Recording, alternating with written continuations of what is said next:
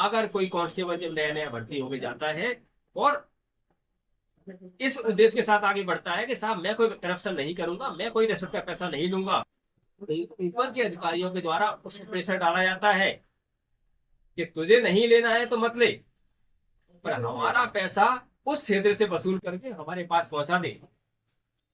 कई कई जगह पे तो थाने फिक्स है, कौन सा थाना कमाऊ है जहां से पैसा मिलता है, कौन सा जिला ऐसा है जहां से पैसा मिलता है, किस जिले में पोस्टिंग होने पर संबंधित पुलिस अधीक्षक को ज्यादा पैसा मिलेगा, संबंधित आईजी को ज्यादा पैसा मिलेगा। आप समझ सकते हैं कि किसी थाने विशेष का टीआई अपने क्षेत्र में अपराधों पर अंकुश लगाने में इसलिए पीछे रह जाता है क्योंकि उसे हर महीने एक वसूली निश्चित रूप से बना के वो अपने ऊपर के अधिकारियों को देनी है। वो पैसा अपनी जेब से तो देगा नहीं, आम जनता से वसूल करेगा।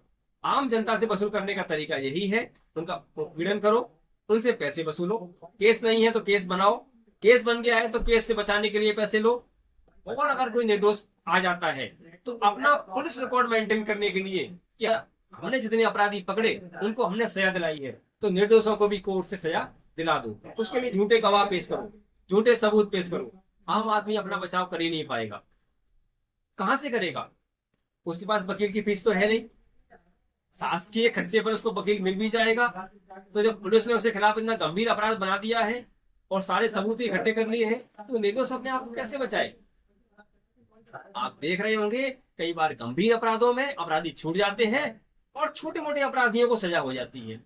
छोटे मोटे वो अपराधी अपराधी नहीं थे, उनको अपराधी बनाया गया जानबूझ के पुलिस के द्वारा कि इसको अपने हिसाब से डेवलप करके उन सामान्य नागरिकों को अपराधी बनाकर जेल के अंदर पहुंचा दिया गया क्योंकि अपने बचाव में वो कुछ कर भी नहीं सकते थे।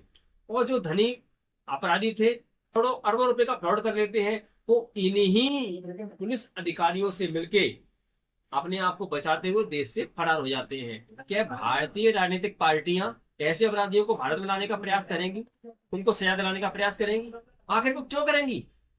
अगर उनको भारत में न्याय व्यवस्था में परिवर्तन करना ही होता, उन्हें अपराधियों को सजा दिलानी होती, तो भारतीय पुलिस अधिनियम में बदलाव करती।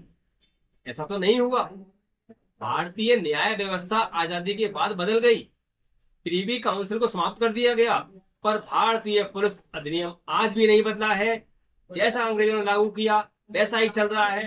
भारतीय नागरिकों का दमन तब भी हो रहा था, आज भी हो रहा है। करप्शन तब भी था, आज भी है।